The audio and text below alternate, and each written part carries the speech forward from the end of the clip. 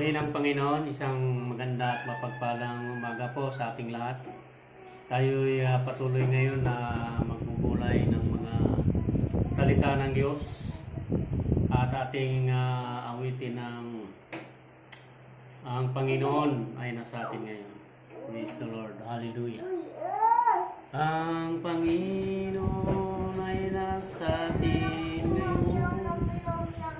Luwalhatiin at siya ay itaas. Ang Panginoon ay nasa atin ngayon. Luwalhatiin at siya ay sambahin.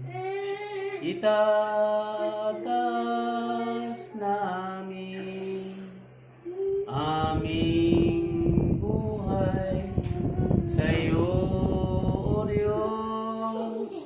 Purihin ka, O Diyos, at sambahin, at dapat kang mahalin. Amen. Hallelujah. Hallelujah. Purihin ka, lulatiin ka, mang banal. Ikaw po ang Diyos na makapangyarihan sa lahat. Ikaw ang Diyos na may lalang ng lahat ng mga bagay. Ikaw ang Diyos na mapagpala at napapagbiyaya. Dakilang Ama at mapagpalang Diyos, tulungan mo po kami ngayon, Ama, sa amin pong pagbubulay ng iyong mga salita. Pagpalain mo ang mga salita mo sa amin at samahan mo kami na iyong Espiritu upang higit naming maalaman, O Diyos, at maunawaan ng iyong mga salita. Pagpalain mo kami, Ama. Ito po aming samot dalangin sa banal at makapangyarihang pangalan po ng aming Panginoon Kristo. Amen and amen. Praise God. Glory to God. Hallelujah. Ating pag-aralan ang kabanalan. Ito yung salita ng Diyos na patuloy na nagtuturo sa bawat isa sa atin upang maalaman natin kung paano tayo maging karapat-dapat sa banal na harapan ng Diyos. Purihin ang Panginoon. Ang sabi dito sa Hebreo 12:14, sundin ninyo ang kapayapaan sa lahat ng mga tao at ang pagpapakabanal, na kung wala ito'y sino man ay di makakakita sa Panginoon.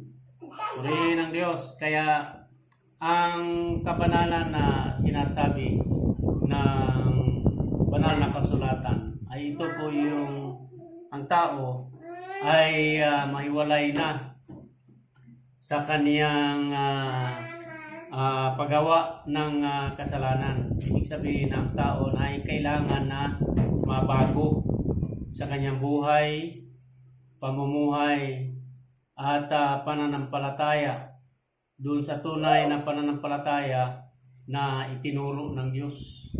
Purihin ang Panginoon.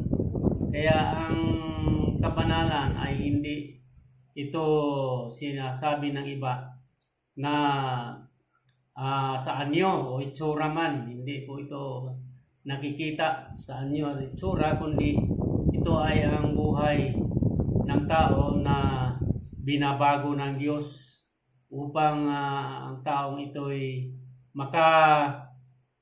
magtamo ng kaligtasan upang siya ay makapasok doon sa kaharian ng langit at upang makita niya ang Panginoon. Kaya ang kabanalan ang pinaka-bottom line bakit itinuturo sa tao ang kaniyang mga salita upang ang tao nga ay mahiwalay sa paggawa ng kasamaan, na ito ay magiging malinis at ilalagay ng Diyos ang taong ito katapos na siya ay mahugasan, mabautismuhan sa kaniyang kawan, sa kaniyang iglesia, upang ito ay hindi na magkakasalang muli at siya ay mabubuhay sa pamamagitan ng katuwiran ng Diyos. Purihin ang Panginoon. Kaya ang mga salita ng Diyos ay patuloy na naglilinis sa lahat ng mga tao sapagkat ang Diyos ang may ibig ng lahat ng mga tao ay mga ligtas at matamo ang kabanalan upang siya ay manatili sa kaniyang kabanalan hanggang sa pagbabalik ng ating Panginoong Kristo. Babalik ang Panginoon upang kukunin niya ang kaniyang mga tao na kanyang binanal. Ibig sabihin, inihiwalay na sa paggawa ng masama sa pamamagitan ng kaniyang mga salita. At ang tagapagpatupad nito ay dilit iba ay ang kaniyang mga sugo. Sa panahon natin ngayon, mayroong sugong apostol. Hallelujah.